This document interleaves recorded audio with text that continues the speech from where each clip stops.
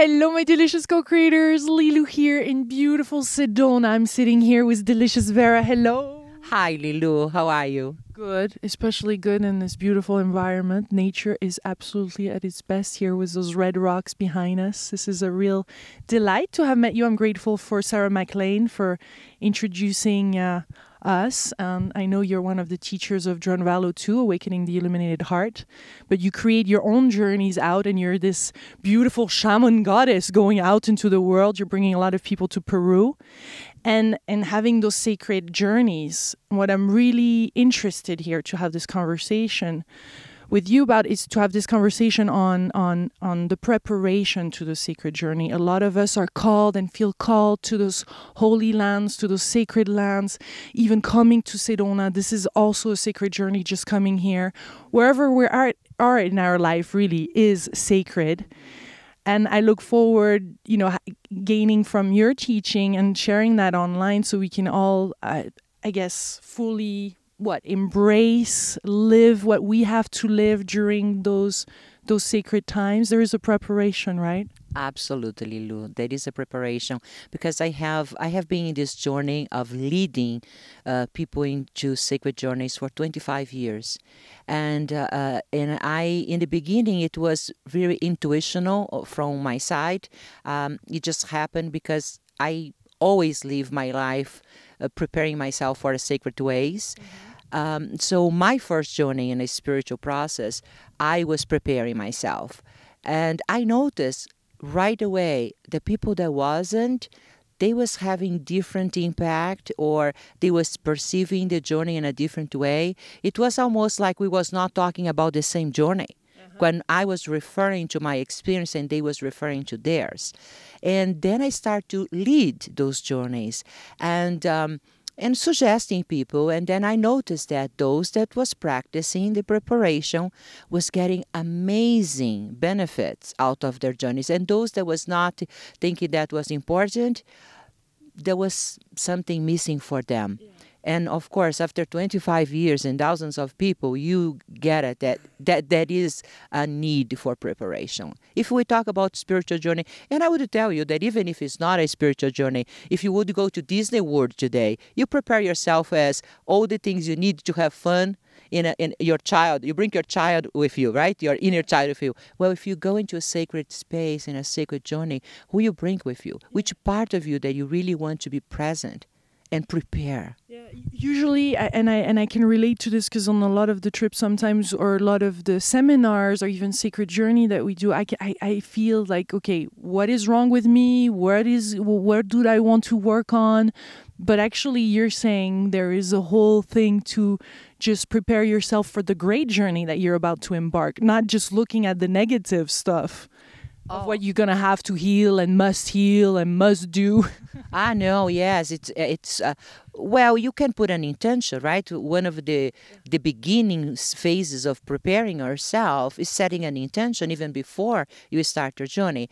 Now, you could put an intention of, say, I'm coming to heal the parts of me that are still not whole.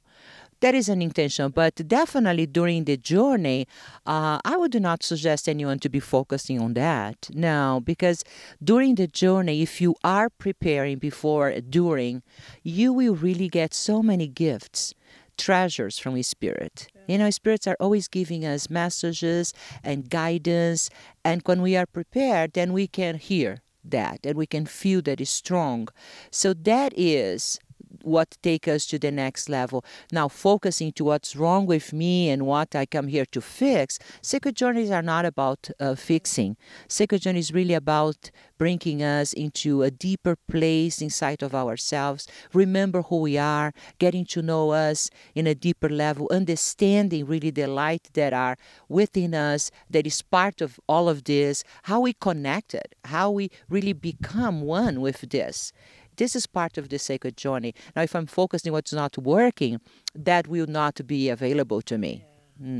It's amazing how spirit work through us, huh? And sometimes there's the ego, or sometimes there is those traumas that are just preventing us from living this life, when it can really be just so amazing, and we can be carried and live something really special. Huh? What is in the way? What do you see as is in the way for us to live our best potential, our greatest potential? Well, what is in the way? It is the illusion, that we are not the light. And the illusion that we are not the light shows up in different ways to each one of us.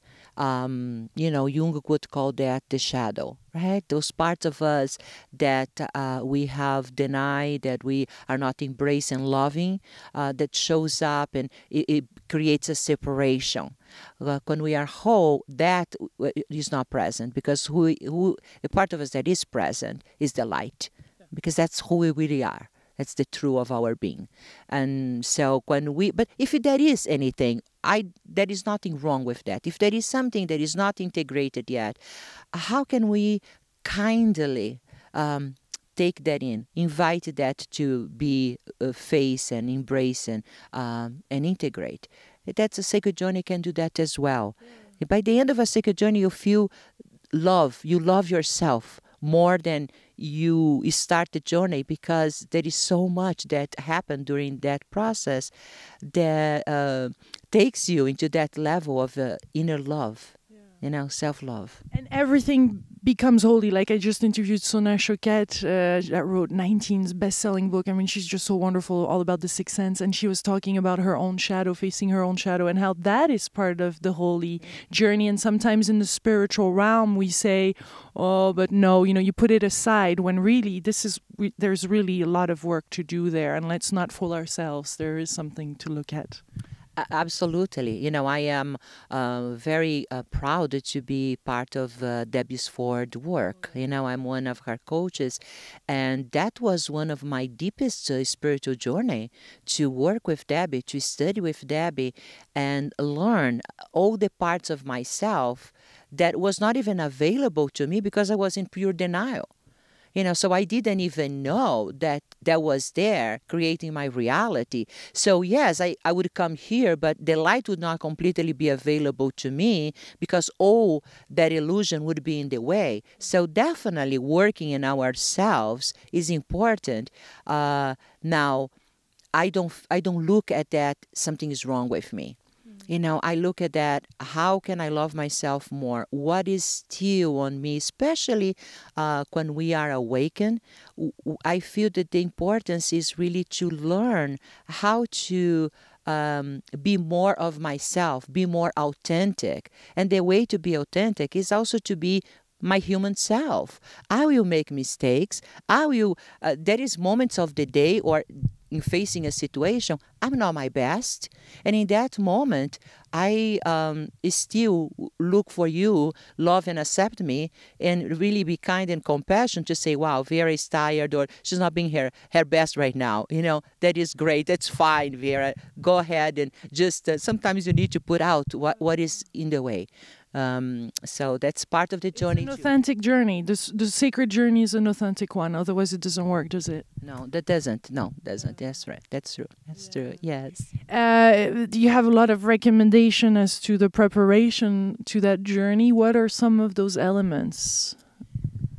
Well, before we go, even before maybe finding the sacred journey you want to embark on, what is good to do there? Because there's so many choices out there.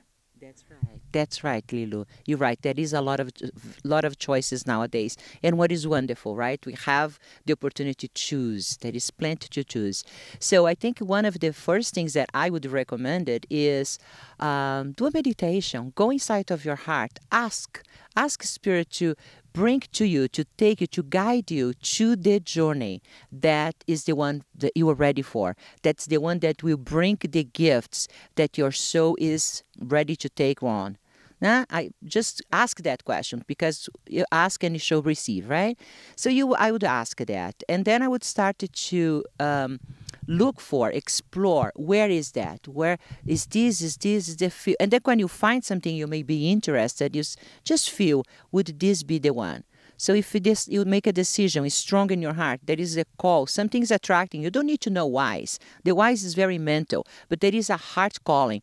I know I need to be in this journey, I don't know why. go ahead, go, because your soul is speaking. The soul is speaking so many different ways that the mind don't understand, right? So it's interesting how synchronicity works too. I'm thinking of the Celestine prophecy that I interviewed James Redfield, of course, on this on his writing of these books and the stories. But I just love how, you know, synchronicity just would hit that teacher one after the next. There was no other way for him than to go to Peru. That's right. And what happened is, when you do ask, what happened in that is the synchronicistical events will take place to bring that to you. Most of the people that come to my journeys, they say, I don't know what happened, but out of the blue, Peru was coming from all the directions. I just knew I had to come to Peru. That is Spirit speaking, right? Life is showing you what is for you. So once you say, I am going, I'm committed to take this journey, I would set an intention. So what is this journey about? I feel in my heart right now, I'm ready to take a journey where I will be allowing myself to fully step into my power. Something like that. Or this is an intention that I would set today for me, where I am on my process of evolution. And I would not have any attachment for how that would show up, right? It's setting an intention and trusting that there are things in the sacred realm that I don't fully understand how it's going to be delivered. So it's not that I set an intention and I say, well, Spirit, if it shows up this, and this, I know that you are delivering to me. I truly set an intention and I let go. I totally, fully trust. Trust is a very important thing for me in a spiritual journey. So now I'm trusting. I start my journey. I have my intention, right? This journey is for me to fully step into my power, the part of me that I have not embraced yet. So I walk that journey with that in my consciousness. And then I look for how is that Spirit's inviting me to step into that. Sometimes it can even be, Lilou, situations that are challenge. How do I handle?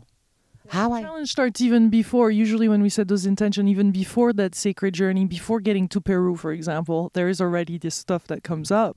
Absolutely. Thank you for pointing out that, because it's true. Sometimes even people starting to be challenged and they think, oh, I'm better not go. Let me cancel. Or I think this is not for me because this is the road is blocking here. No. How committed are you? How are you giving up? Just that easy? That is very important for us to also pay attention.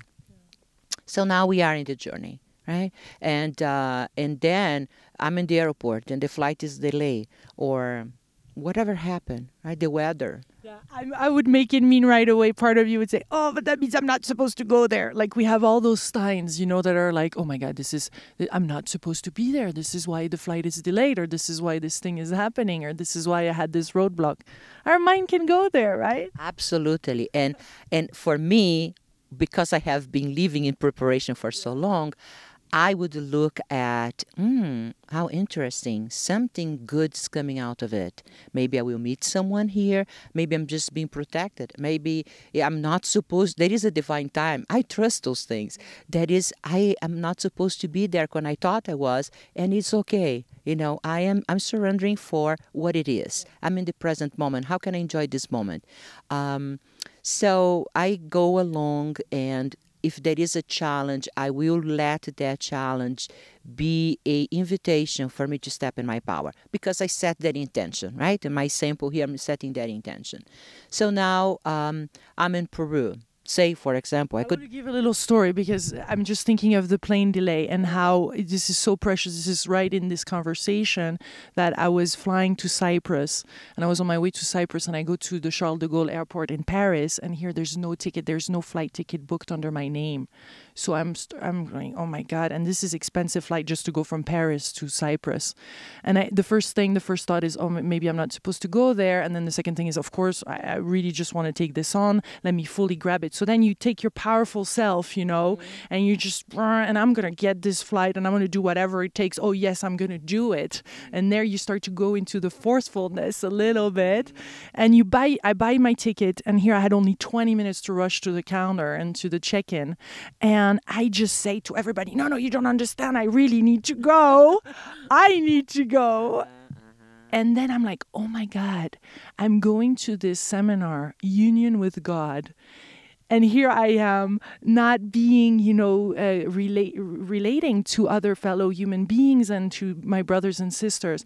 And that was such a powerful moment. So I went right back and said, I'm sorry to this woman. And she was laughing and we had a great time. But these are some special moments where sometimes the breakthrough, you know, and those small little things, but so precious, how we're behaving on a day-to-day, every single moment in regular situation, and then takes on the sacred journey actually to a whole new level. And sometimes that's exactly what we need to get even before, you know, this going to Peru or somewhere else, huh? That's right. And what I love about what you are sharing is that how powerful it is that you very quickly you notice you was out of your heart.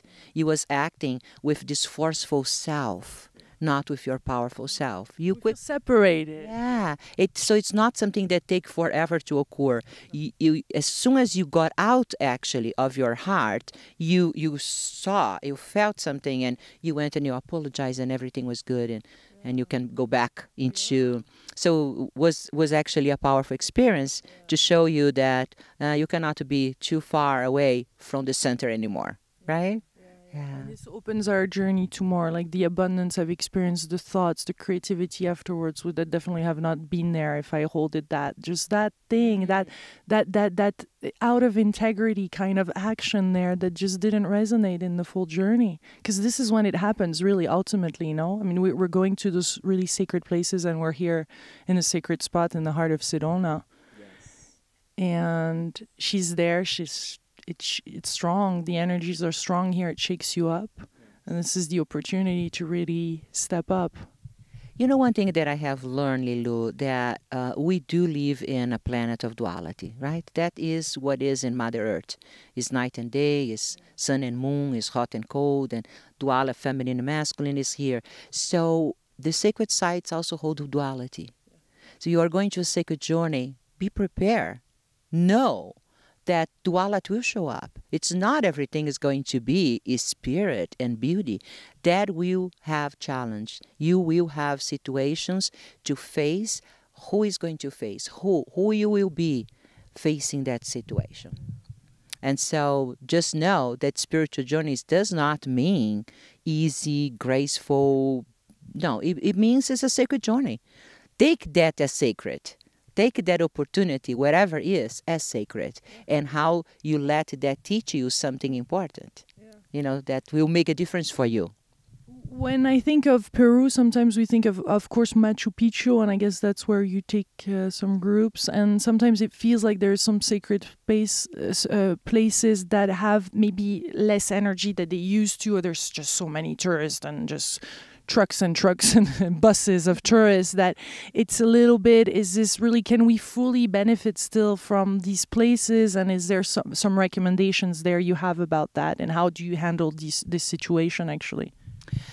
Well, Lilou, I have to tell you that Machu Picchu is, it is really for me the most special site on earth. It's sacred. It is alive. I have been there 25 years. And the first time, yes, it was much quiet. The energy was amazing. But the thing for me is that I am so deeply connected within my heart that I can connect it with the gifts, and I always receive the blessings from the sanctuaries and the spirits and the high priestess, and so is my groups, because I support them in preparing themselves to receive those gifts. They are not a tourist in Machu Picchu. So as everything else, there is different dimensions. You are here in Sedona. Some people come to Sedona for the art gallery and for shopping, or rest because it's a beautiful weather. Some people come to be in nature, just to hear the spirits talking through these rocks, ancient rocks, and connected with the ancient wisdom from the Native Americas. So it's the same dimension, but there is two different intentions. So yes, there is a lot of tourists in Machu Picchu. They are having whatever they are having. And even those, I play Lilou with them. I interview them around. I ask questions. So what are you feeling? What is this journey for you? And most of these people that have no clue of they are having a spiritual experience, they tell me, I'm not sure what is about this place, but something feels very special. I feel different. Something here is magical. So the person is not even awakened, but she's being blessed by that. You know, it's like walking in a temple. Any temple can bring you a gift, right? And I feel Machu Picchu is a sanctuary. The gifts are there. And if you are prepared, and that's the point of our conversation, then you will not focus there is other people there. You can actually, talking about Celestine prophecy, you can practice the 8th insight or 9th insight, the one that those are invisible. You go higher than what is happening. You don't hear the noise, you don't hear the laughter, you don't hear the people, you don't even see them. All you see is the gifts that spirits have for you. That is the magic of going deep in a sacred journey. Yeah. You will find what is there, and don't focus on the half glass. Focus in the full glass. It is full for you because you are looking for, and what you are looking for will be available. So my journeys are, I do go around, I do avoid it. I have my own ways to avoid the top, intensity of Machu Picchu and the other temples.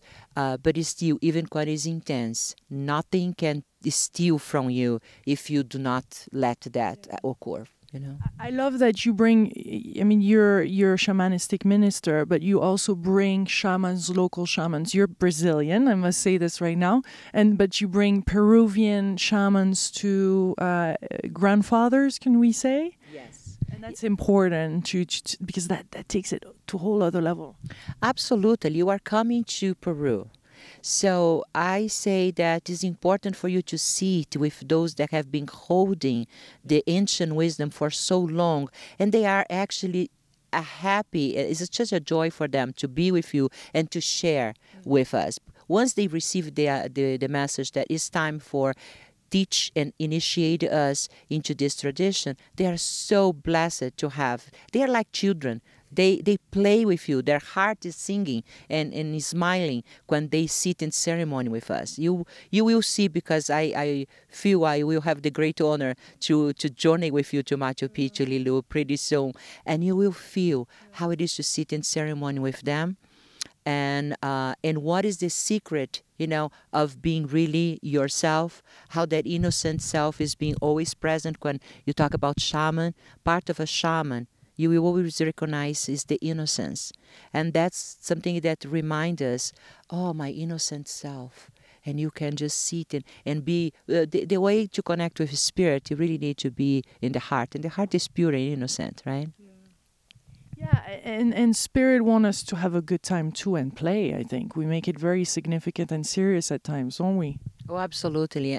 I have done that a lot. Let me tell you, I was always trying to make everything quiet, serious, and have to be like this, no jokings or, it's just like, it's time to, and of course that I have to surrender and learn. And they was my teacher. They was my teacher because everything is always okay with them. They see everything with an eye of love and sweetness and compassion. They are like the hummingbird.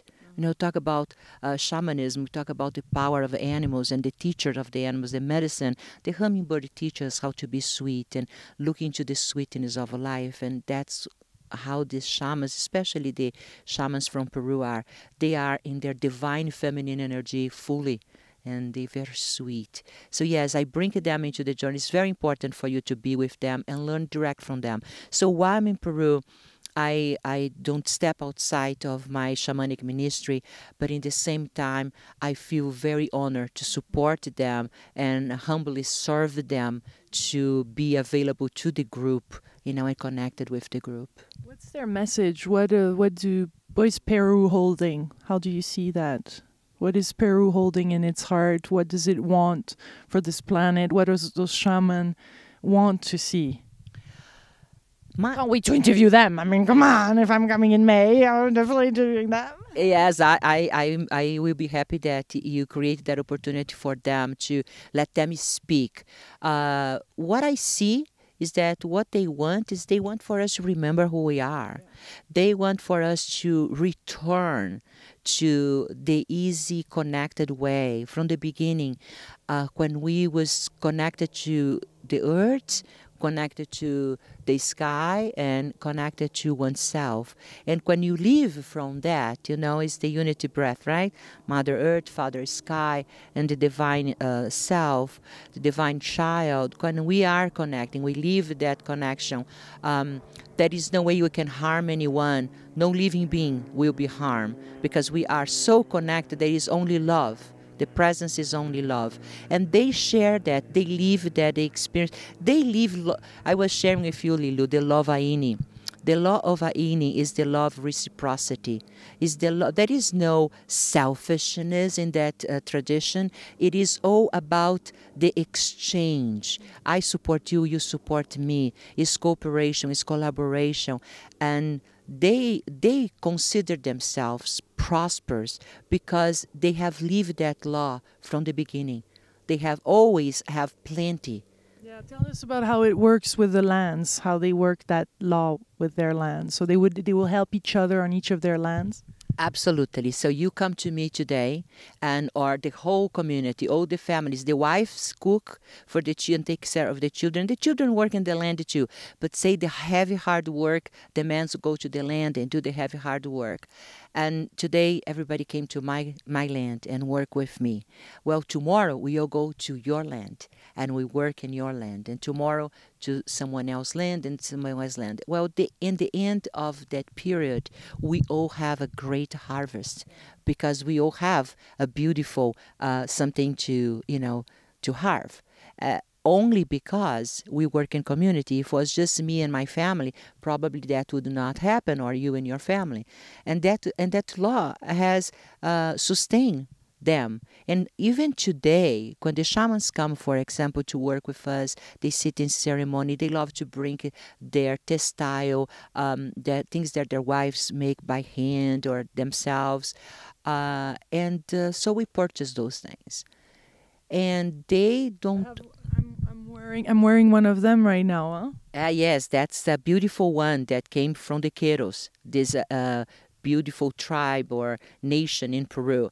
So when you purchase something from them, the funds, the money that they receive from that goes directly to the community. So not only their family gets the benefit, but the whole community, whatever the community needed at that moment, will be receiving from that money. So it's a different way of saying it's not my family, my house, my. It's our. Yeah. It's a different way. And though I guess there's issues there like everywhere, and because of this growth of tourism, I mean, there must have been some changes too that you witness. I heard of some stories in Bolivia, but I'm sure in Peru too, and they like bringing our respect to those lands as tourists, and finding that connection with them is important, because I guess when the activities increase, like it could change also people. Have you noticed some change there through that? I mean, honestly, because I think that's part of the preparation too, is not idolize a place either. It's just being realistic and living our journey, but preparing ourselves mentally as well for what can be there. Otherwise, we can be disappointed and deceived. That is an excellent point, because what happened is there is seduction, right? Again, we are in duality. So the seduction of money, the seduction of things, touch everyone. Yes, the strongest one, like say the Hopi. The Hopi here in the United States have done such a beautiful work to keep themselves in integrity with their beliefs. But of course, it's a seduction for the young generation. They wanted to... One time I was in the Hopi, in the house of Martin, the elder of the tribe, and he was telling me, I work so hard for the youngs not to have Coca-Cola and eat a hot dog and wear jeans.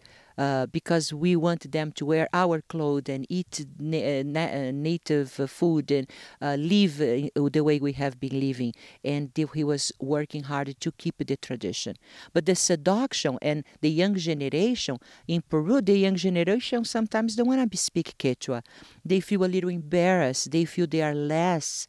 One of the things that my groups and I support is keep the tradition alive and appreciate them and admire them and support them, because when you appreciate it, they can feel proud and feel the honor of holding that tradition, so the tradition can continue. So as part of being inside of a sacred journey, for me, is also to look for what that specific land or place offer and honor that place and honor that tradition. If I am in India, I will honor how is that they live in a sacred way, how they eat, what is their reverence to the earth and to spirits. Well, in Sedona is different, in Peru is different. So I will prepare myself before ahead, learning about that culture and what are the ways that I will respect them. That's part of my sacred journey, to respect that kind of ways. Yeah. I remember going to Japan and wearing the kimono during the interviews, and just wearing that made me just so much closer to the Japanese, and just learning and how they stand. I got so many different little details about their culture, and because being in a kimono, you have to be really straight and you're respectful and you take time to prepare yourself. And is there some things like that in Peru that, or in sacred journeys, that we can take on, or to just blend, or to just be closer to that culture?